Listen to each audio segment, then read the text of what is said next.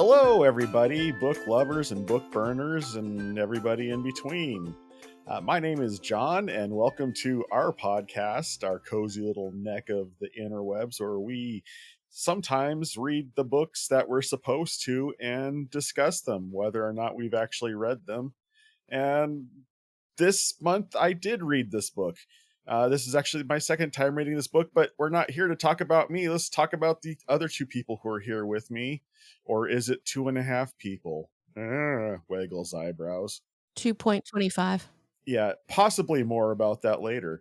But that voice you just heard was everybody's best friend, Celeste Mora. I don't know if I'm everybody's best friend. Celeste is like, I would rather not.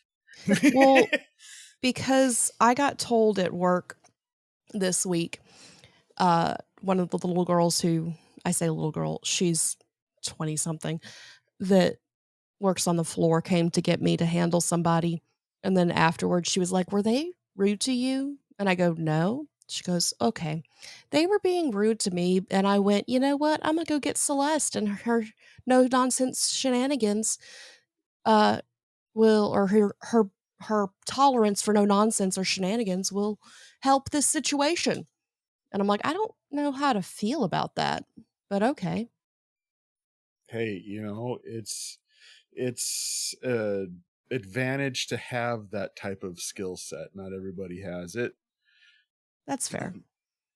That other voice you heard briefly in there is speaking for two now. Is that a thing? Speaking for two? Or would that just be like the demoniac of Gadara? I'll speak for two. I'll speak for three, really, because sometimes I also speak for my husband. But that is everybody's favorite Squid. Catherine. Catherine, not Zerwinski anymore. I don't know how to say your new name, and I just don't try, so you're just Squid. That's fair. I accept Squid. It's more phonetic than my last one, so it's surprisingly easier, even though it looks just as confusing. Belezikins. I must briefly interrupt to say that Storygraph is updated, because I went to go look at my recent reads, because I don't remember what I'm reading. And right. There's a favorite shelf on your profile now that you can put Yes, books I on. saw that. I'm excited. Anyway, I added things. It was very cute. I probably should get back on there and look around on Storygraph. You should. And I don't even go on Goodreads anymore. I don't go on any of them anymore because I literally, this is the most reading I've done in the last, a lot. But anyway, back to the actual show. So this month we read The Boats of Glen Carrig by William Hope Hodgson. But first, let's find out what we are currently... No, we did that last week. Let's play some bookshelf roulette.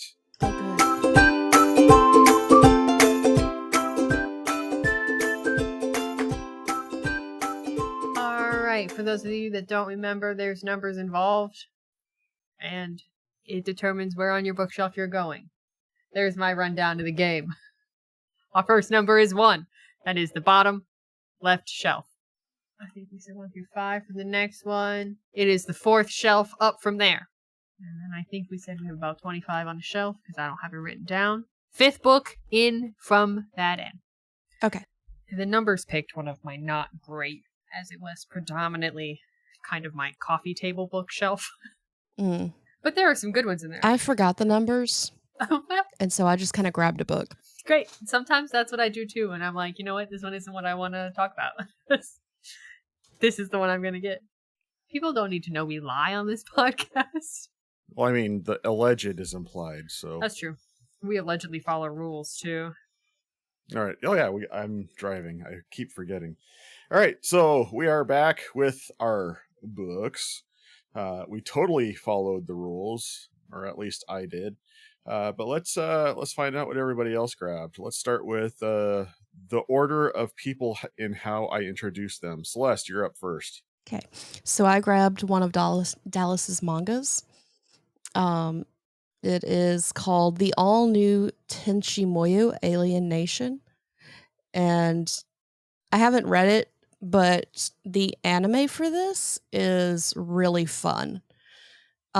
It's one of his favorites, and so we watch it often.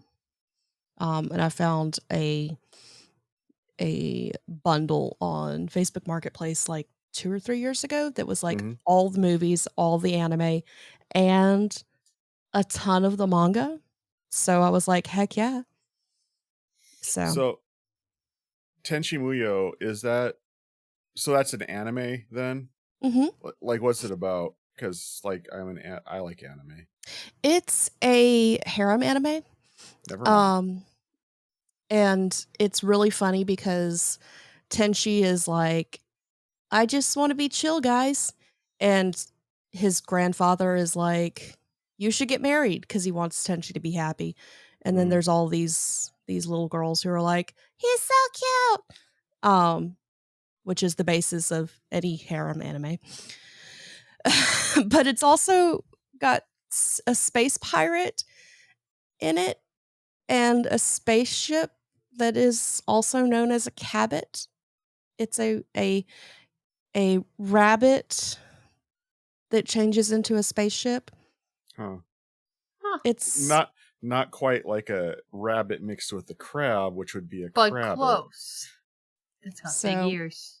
And then there's like 2 space princesses, and so it's super sci-fi also, with the general ridiculousness. But it's a lot of fun. It's also interesting because this is an older version, so it's not flopped, or it is flopped. Which means you read it left to right, American style. You read it American style. I don't remember how we read.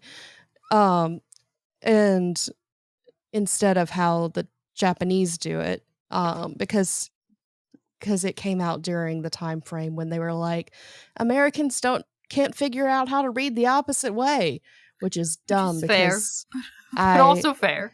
But like for me with the dyslexia, that actually feels more natural. The funny thing is I remember when they first started putting out the manga in the non-flopped format, and all of them on the back cover, literally they would just put instructions saying, no, this is how you read it. And I'm like, turn the book around.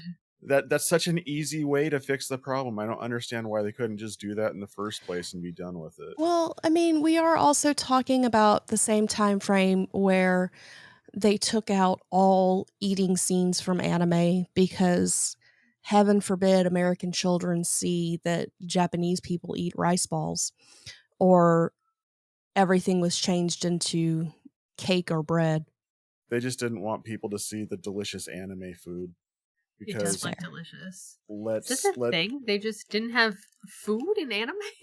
Well, like, no, they had food, but like Sailor Moon, anytime there was like, she eats rice balls a lot, they would change it to donuts.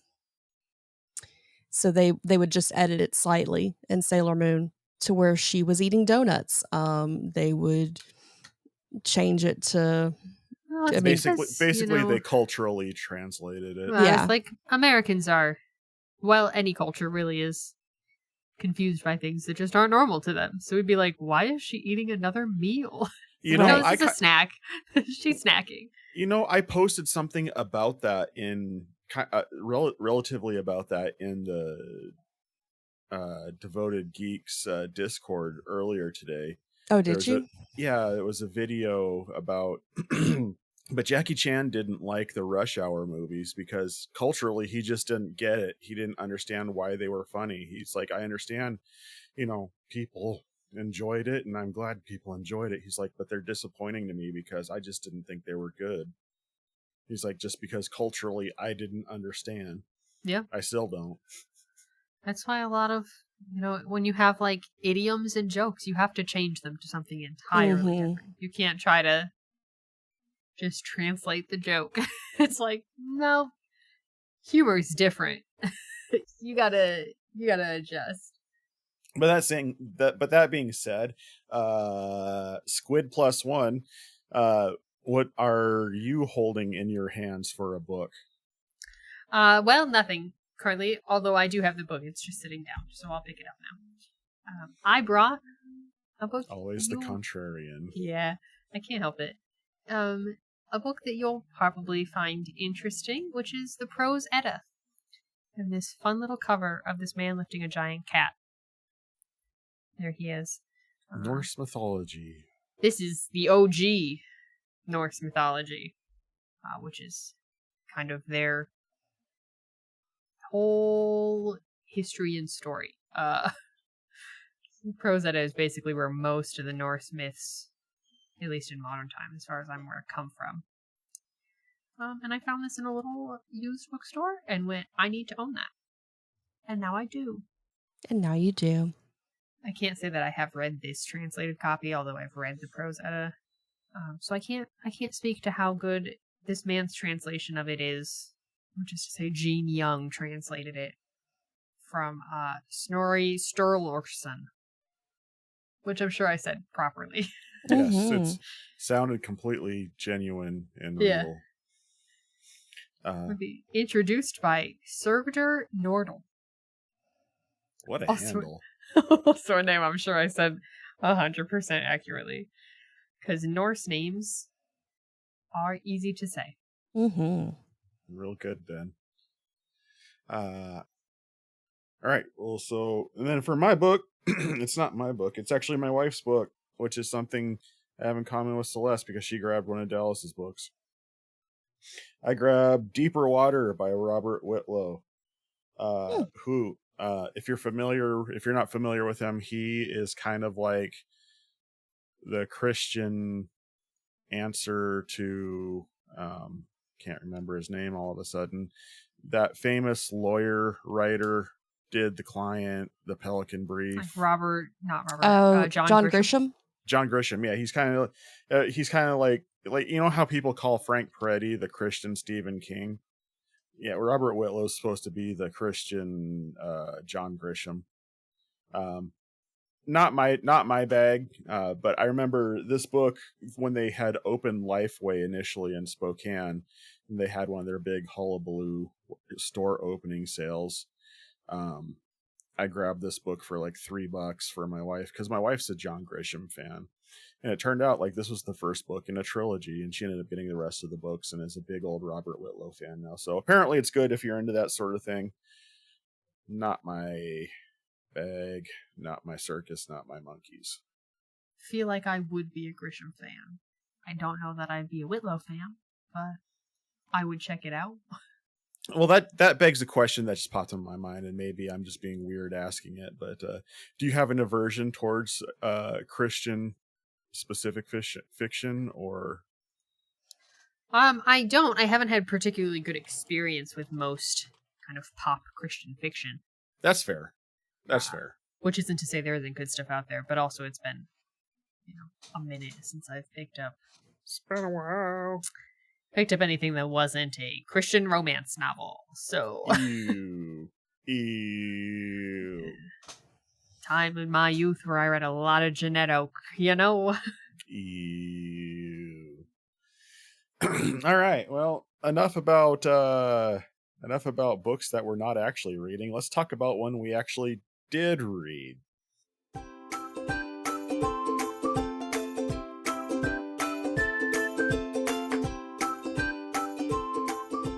All right, so we're back. We're going to talk about this book that we totally read in advance of today, or at least I've read it. I don't know about these two. This is actually my second time reading this book. It is the Boats of the Glen Carrig, written by William Hope Hodgson. I need to read the back of the book, and as per usual, I don't have the back of the book in front of me just this moment because I am unprepared. I finished reading it during our introduction, so I would have finished sooner, but we wanted to go for a walk, so I paused to go for a walk. All right, The Boats of the Glen Carrig, written in 1907, is the first published novel by William Hope Hodgson. The horror story is written in an archaic style and is presented as a true account written in 1757. The events occurring earlier. their narrator is a passenger who was traveling on the ship Glen Carrig, which was lost at sea when it struck a hidden rock. The story is about adventure of the survivors who escaped the wreck in 2 lifeboats. The elements of horror are presented in the form of monsters. And that's all the description that I have on the back of my audiobook. And I apologize for stumbling all over it. The print on this is small and my eyes are dry. It's like my description is a blank page of the book. So that's more than I would have been able to say. I must provide my first review right away, if I may. Please do. Which is to say, this book is really pretty, front and back, except it has one of those textured covers that as soon as you touch it one time, the oil of your fingers ends up on it. As you can see. Yeah. Those are like my re-rendered zombie classics, like Dawn of the Dreadfuls, and it came fresh, new, untouched, and I picked it up one time and went, no. You picked it up and you're like, well, now it belongs to me exclusively. Yeah, if I give this away, someone can clone me. That's my body. That's my squid juice all over the cover. There is. But as some people may have figured out, the person in the driver's seat is the person who picked the book. I picked this book, and the reason is because I'm a really big fan of like doom metal. Like that's not a big secret about me. And one of my favorite doom metal bands is this band that's a part of a subgenre called epic funeral doom, and this band called Ahab, they write albums that are based off of nautical fiction, classic nautical fiction. And one of my favorite album by them is called The Boats of the Glen Carrig. And if you can literally follow the lyrics of the album along with the story of this book, it almost plays out like a soundtrack if you're into that style of music. So once I found out how they write their stories, I'm like, I need to read this book. And I listened to it and I thought the book was fantastic. So I'm like, I want to bring it on the show to show my friends to see if they're into it. Because I was interested because I felt like there was something in it that I could see either of you enjoying to a certain degree. And the best part about approaching the show is like usually we have some kind of conversation in our side chat. And I usually have a pulse as far as where everybody sits on a book when we're going into these things. This is probably about the blankest I'm going into it because I finished 5 minutes ago. So. Right. There's been very little talk in regards to this book. So I am very curious to see if my hypothesis pays off with how you two approach this. So whoever wants to talk about this, I'm into it. Let's do this. I've definitely been very quiet because I just haven't been reading enough. So I've just been too busy to talk about books because I haven't read any. Well, you are growing a person, so we're finally getting to the point where I'm less tired about the fact that I'm growing a person. So hopefully my reading will resume. You've got the foundation of the person down. Now you just have to keep growing them. So that's the hard part. And they get to do a lot of work themselves from this point. So I did have a quote that made me laugh because I read it yesterday. And it made me think of Never Die. And I just need to read it. Because it's talking about these things, and he was mentioning, like, slugs. Never Die is going to be my new 14. I can tell this already. Yeah. She's like, yeah, it totally is. So he's talking about, like, these tracks that look like mighty slugs were moving through the mud, and it says, for there were other markings, such as might have been made by bunches of eels cast down and picked up continually, and all I could think was tangles of eels. Just the whole time. Because I read that too many times. But talk about imagery. Just a whole bunch of eels that were smacked down and picked up. I mean, that tracks, though, with most Lovecraftian fiction. This is pre-Lovecraft. Is it really? 1907 is pre-Lovecraft. And what I find to be a little bit serendipitous about it is, for us, this is classic fiction. So this is basically classic fiction mimicking classic fiction. Mm-hmm. It's so good on that level, because he does such a fantastic job of mimicking the prose of 1700 novels. It actually explains a lot to me, the fact that it was supposed to be 1757, Mm-hmm. because I spent the majority of this book confused. I can't tell you anything about it other than he kept making references where I'm like, I'm pretty sure that's not what he thinks he means. And to me, it didn't read necessarily like it was a book trying to read older. It actually read a lot like Frankenstein to me, which is also a book of that time. The parts that I understood, I agree. Yeah. But again, the wording, I'm still not sure what a bassoon is. The bosun. I still don't know what that is.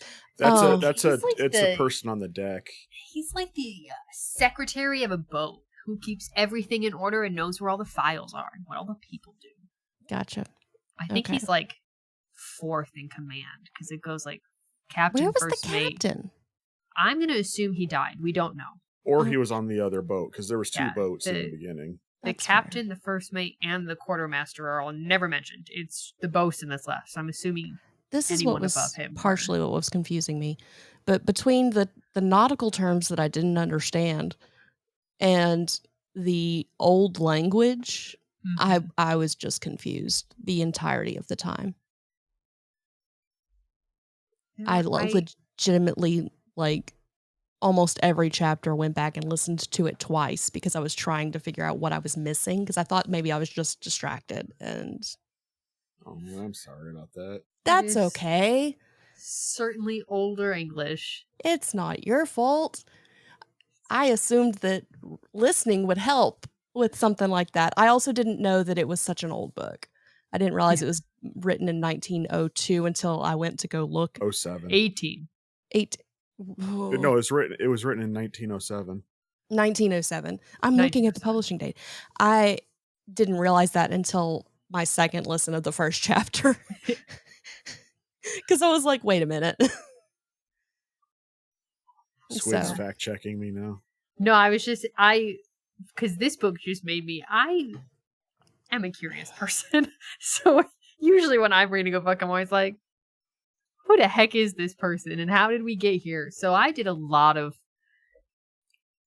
researching this book. Also, I read about 5 sentences and went, this is not recently, right? This is an old book.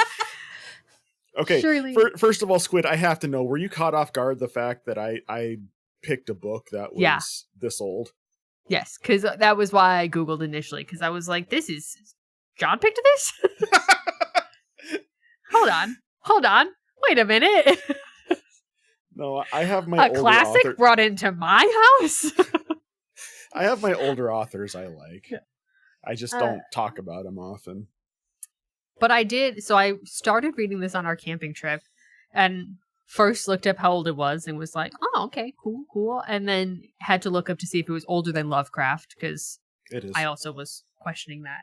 And then went on just a wonderful rabbit hole dive of this man's Wikipedia page. Oh. I don't know if either of you have learned about this man's life. Mm-mm. I haven't had time. What a fascinating fellow. I need to just share a few because I feel like it adds some wonderful context to this book, which is to say that this man ran away from home at the age of 13 to join a ship. Like, he wanted to be on a boat and then got caught and brought home and finally convinced his dad to let him go back to being a cabin boy. So he got put on a boat and was at sea and apparently experienced a lot of bullying. At which point he decided that he needed to become a really good boxer because he was described. I have to find the actual sentence. So it says, at sea, Hodgson experienced bullying, and this led him to begin a program of personal training According to Sam Moskowitz, quote, the primary motivation of his body development was not health but self-defense. His relatively short height and sensitive, almost beautiful face made him an irresistible target for bullying. When they moved in to pulverize him, they would learn too late that they had come to grips with easily one of the most powerful men pound for pound in all of England. So He said, like, this man said, I have a fight or a flight response and I have no wings. Let's go. He was like, all right, I'll screw up. He went on to like start this like program where he would teach people this like physical education thing. He taught some of the police. He worked with Harry Houdini and restrained him for one of his acts once, and then Houdini complained that he had deliberately injured him and tightened the restraints too much because he had a hard time getting out. Yeah, he was wild. Just wild. There's more, but his Wikipedia page just keeps going. Basically, his Wikipedia page reads a lot like Christopher Lee's Wikipedia page. Yeah, because he did also go fight in World War One. Unfortunately, died in World War One. But if anybody wants a wild ride, go read about the life and times of Christopher Lee, because that guy, what a crazy man. Boy, you know the memes about the most interesting man in the world from that Dos Equis spear. You know, that basically was Christopher Lee, because that guy. Whew. The fact, have you heard? Oh, go ahead.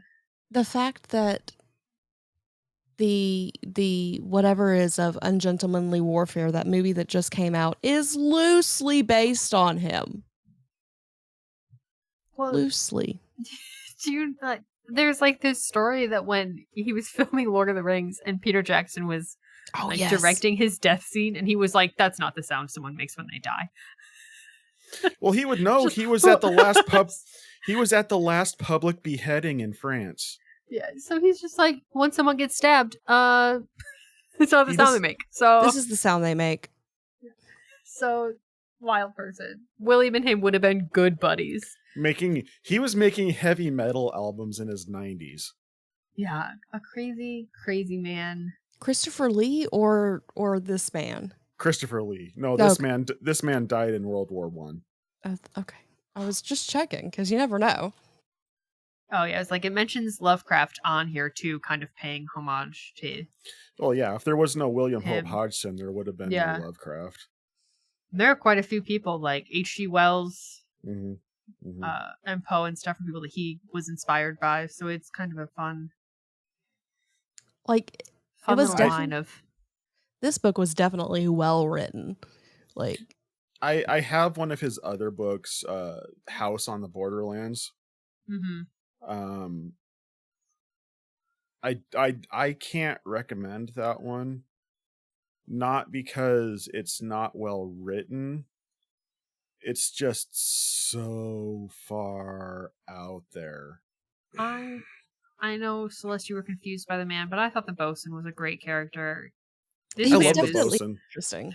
This man was keeping things together. Again, he was.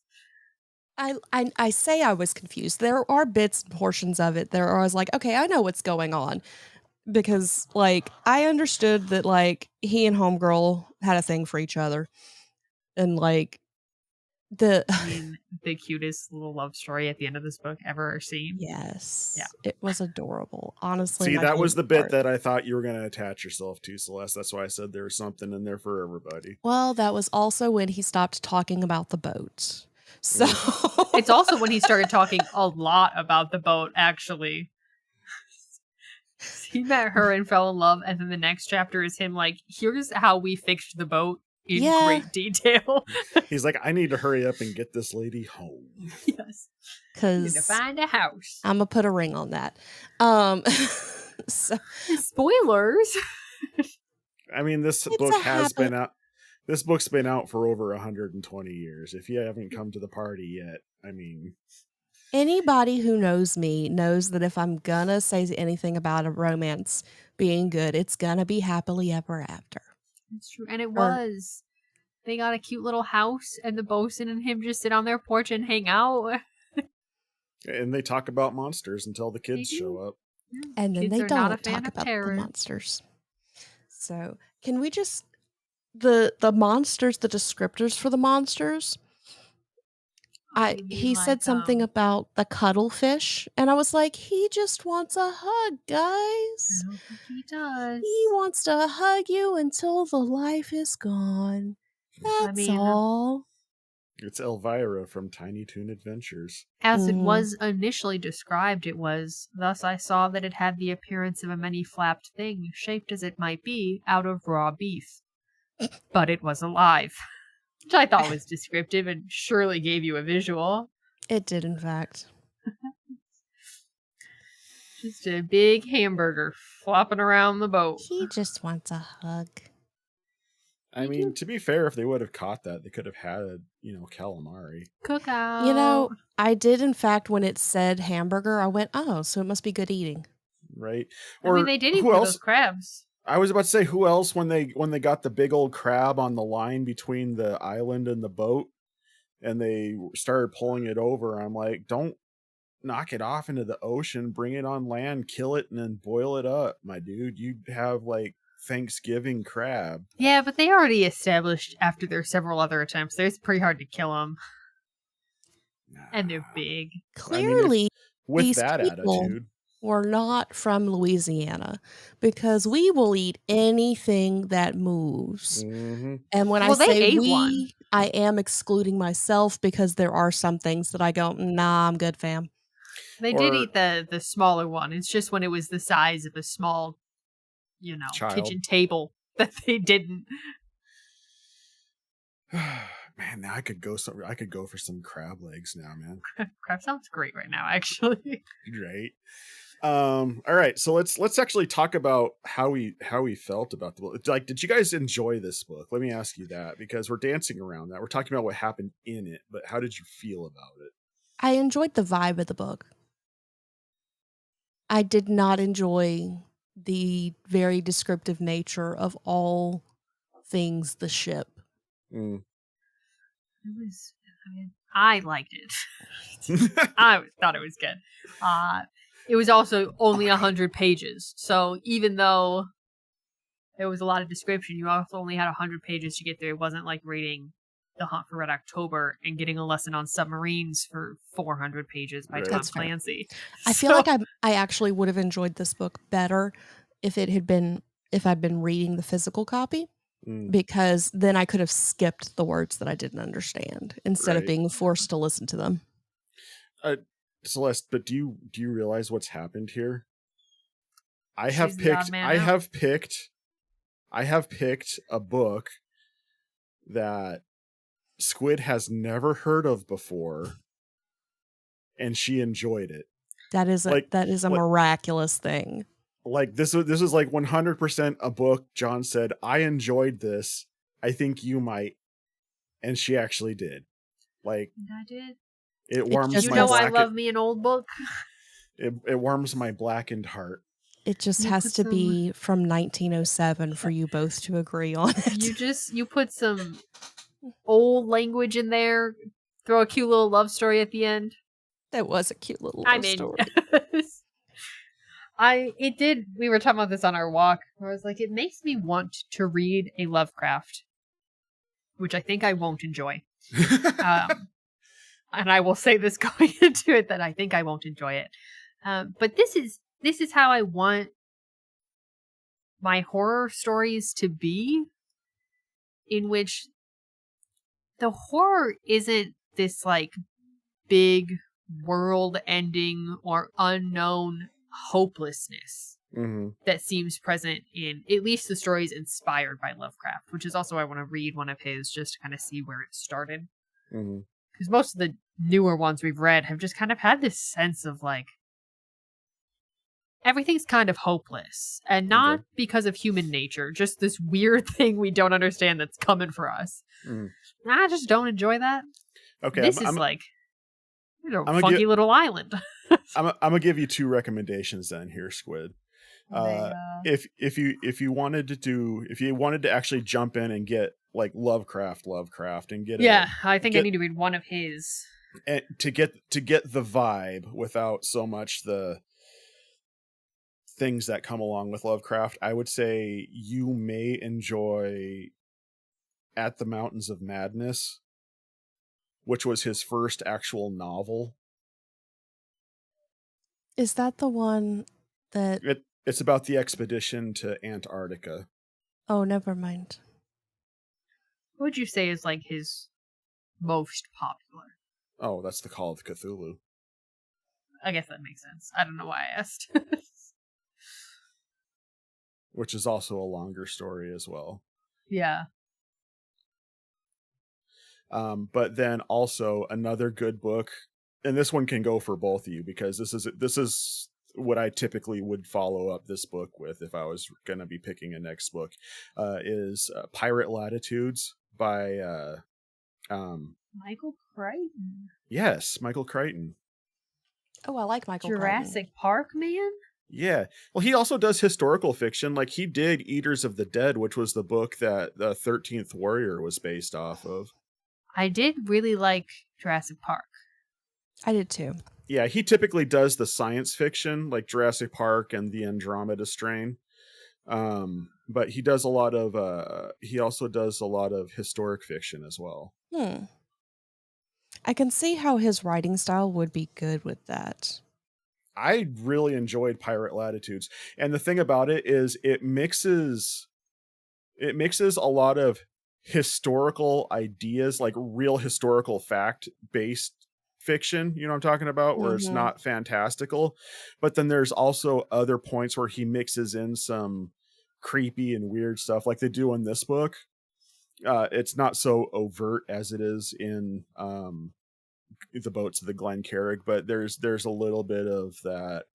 Is there some supernatural stuff going on, or is it just possibly just coincidence? Who knows? But and then you also have a sea monster that pops up in it as well. So hey, I kind of like about this too is that it plays on a very common theme of being at sea makes you go crazy. So, crash landing at a strange little island in the middle of the ocean, which is vast and unknowable, and encountering weird things there. Was it a dream? Did it really happen? Like, he doesn't make that kind of insinuation, but those stories are very kind of popular to be like, well, we were on a boat and, 10 of us survived and we all think we know what we saw. Let's never talk about it to anyone else. Like, two other thoughts I had when I was reading it the second time. One is that given the time frame that this book was written, not only that, but the time it was written from the perspective of this type of book would have been its period's science fiction, because they didn't have the technology to be able to say that, yes, the entire ocean has been explored and these things aren't out there. So there was still a lot of speculative fiction. Right. Well, that's basically what science fiction is. It's just speculative fiction. It's just at the time, the idea of exploring space wasn't even a thing. Stars were just things that were up in the sky. It wasn't, the other thought I had, and I'm almost curious to wonder how many of y'all were following this train of thought when you were reading this, but how many of y'all thought that the sailors were actually dead and they were exploring the actual afterlife when in this book? Did have that thought at one point, because that first island, I thought it was a lost situation and I was about to riot. Because that first island that they land on, where the trees are made out of people, that literally is a part of Dante's Inferno. That's one of the rings of hell. I don't remember that. I probably blocked that part out. Yeah, if I remember right, there was trees that were made out of people, and then the birds would come and peck at them. Were we reading the same book? From the Divine Comedy by Dante Alighieri. No, I mean in this book. The trees made out of people in this book? Yeah. Oh, it's the first island. When they go exploring and they figure out where the cries are coming from, and they're out in the trees, and then one guy goes, "Oh, I know," and he hacks on the trees, and the trees start to bleed. Yeah, I didn't take that as they were made of people. Yeah, because there was a human face in the tree. They did see faces, but it didn't read to me like they're trees made are- out of people. It was more like Grandmother Willow and less yeah. Blood Meridian bodies and trees. No, because like legit, like how I read it was the trees were the people who were on that boat they found on that island up the river. Yeah, I got less of that and more just like, oh, we're going mad and we're seeing people in this. Huh. I had a lot more of the less we're dead and more we're going mad. We probably have scurvy and we haven't had good water in a while. I also I've seen something similar done where that was not the actual case where like the trees were bleeding. Have you read Annihilation, John? Part of it. By Creepy John trees. Vandermeer? Part of it. I have the entire trilogy. Ben and I were gonna talk about it at one point when we covered the movie, but then we ended up never covering the movie. So It weird. is a very weird book. I didn't realize that it was a horror book until I was about halfway through it. Now I've seen the movie, but I know I've read enough of the book to know that the movie and the book don't parallel each other very well. That's good to know. The book gave me a headache. The movie gave me a headache. So if you watch them, I think you might enjoy the movie Celeste. Probably. It's a lot less what's real versus more what's going on. That is something I will note about this book that we're talking about, not the one I mentioned, but the one that the podcast is about. Right. That I feel like if I was listening to the narration while things happened on a screen, that I would have enjoyed this better. If I could have seen what was happening. I would love to see this as a movie or as a mini series. I think that would be a fantastic. To be perfectly honest, if they did it word for word, I think it would make for a decent mini series like The Terror was on FX. Does anybody remember that show, The Terror? It was based off of a book by suddenly can't remember his name either. Dan Simmons. And it was also more nautical horror, sort of like this, except about a boat that got lodged in the ice during the late 1700s or early 1800s in Hudson Bay. Mm. And some supernatural Inuit stuff that happens along the way. It's a good book, but there's some stuff in there that crosses my content line, which I can't read it again. But Gotcha. If that doesn't bother you, or if you don't mind skipping parts in books, that's a very good book to read. And I'm told that it made for a decent miniseries as well. less than like, oh, these people are dead. The vibe that I got when I was reading this was just Voyage of the Dawn Treader. That was how my brain went. I haven't read that. Oh. I think you'd like that one if you like. I was going through the Chronicles of Narnia, and I got stuck on A Boy and His Horse. I can't seem to get past that because it's slow, but it's so good. Actually, I feel like once you get past the hump in that book, it's actually really good. Oh, I love A Boy and His Horse. A Horse and His Boy. I need to reread it because it wasn't my favorite. I can see that one not being a...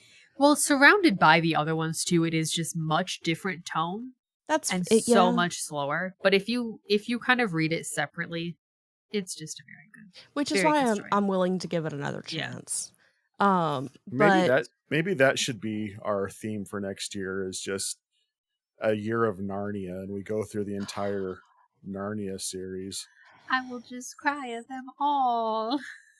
You guys want to do that next year? How many? I make no commitments on podcast right now. Okay. Yes. I'm going to start a list of themes so we can add in all of our theme ideas. So we can keep them going if we do want to do themes. I'm into it. my schedule should be able to stabilize, and I should be able to get my reading schedule down a bit better after Mine's the house gonna is. not be stable next year. Well, I mean, you might just get into audiobooks a bit more. Is I all feel that like is. though that if we did Narnia, that would be a good one for you because you could just read it to the baby squid.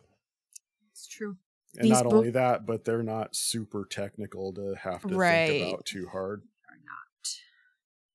Legitimately, the last time I read The Lion, the Witch, and the Wardrobe, I had to write a paper on it. So I have the entire Chronicles of Narnia in 2 different formats.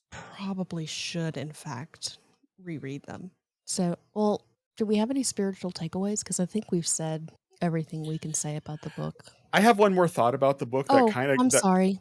No, it's fine. It's just I have one more thought about the book that kind of leads into a quasi-spiritual takeaway, more of a spiritual analog that's within the book if you want to read it, kind of like a bottom shelf perspective. But that is the hero of this book is not the narrator, as much as the narrator is very heroic. From my perspective, the hero of this book is the bosun.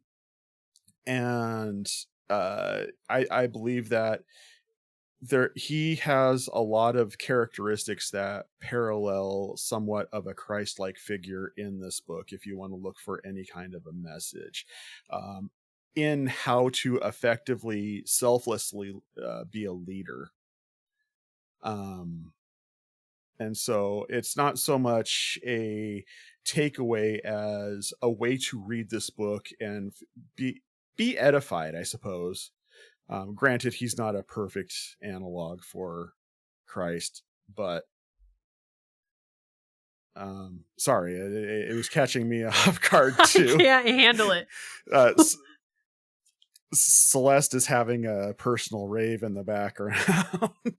My husband was staring at me from the door like a weirdo. Was he making the wall do that? 'Cause... Yeah, he was the one who was doing the lights. Okay, because I was going crazy. Sorry, Celeste took me to Funky Town and I wasn't ready for it. But we're leaving that in. But yes, that's really all. That was the biggest takeaway, is that there is a lot of representation of how Christians ought to lead in the character of the bosun in this book. This is not me negating your spiritual takeaway, but it's just book evaluation, in which I didn't see there being a hero in this book, and I more saw it kind of being the message of like man versus environment, man being the general group, and kind of like the determination of human spirit and community, because they all established pretty quickly that without each other, they're not going to get through it. Oh, for sure. But I mean, the organization. Listen, that bosun would have had a spreadsheet, and I love him. and this is the great thing about these types of reads when you read with friends, is because people can read from different perspectives, and nobody has to be wrong because each person got something out of their takeaway. So that's why I'm not going to fight you and tell you how wrong you are, Squid. I'll fight anytime. I know this. That's why you're ready to become a parent. I'm always ready to go. All right. Does anybody else have anything spiritual to take away from this conversation or this book? I think I'm good. You good? I was going to try and think of a joke, but I couldn't think of one. Anybody have any remaining thoughts on this book? Somebody make a series out of this, because like the vibes were there. I was chilling with the vibes. I just need a way to not have to try to understand the things I don't understand. Let me look into trying to find you a series that kind of fits these vibes, Celeste, because that sounds like something I should be able to pitch in on. I just need to put my brain towards it. I'd be down for it, because it definitely had the cozy, creepy vibes, which we know I like. So I need to read one more sentence from this book to leave us on, because I found it the cutest sentence I've maybe ever read in a book. Which is, this book really had some of the most disturbing descriptions, and then it hit you with Now in those 7 weeks, Mistress Madison and I had come very close to one another, so that I had ceased to call her by any name save Mary, unless it were a dearer one than that. Oh, they're in love. It was so sweet. It was very the love story was very Pride Prejudice style. It was, and I just loved the buxom. That's where I checked out. The buxom woman, yeah. It's just like she's making sure everything's kosher and above board. We love a love story. Well, you love a love story. It was my least favorite part of the Bourne Identity, and it's my least favorite part of this book. But I'll allow it because the rest of the story was so good, in my opinion. Okay, well, so long, and thanks for all the fish, but not the weed monsters. Not the devilfish. Not the devilfish. Keep those, please. Bye. Bye.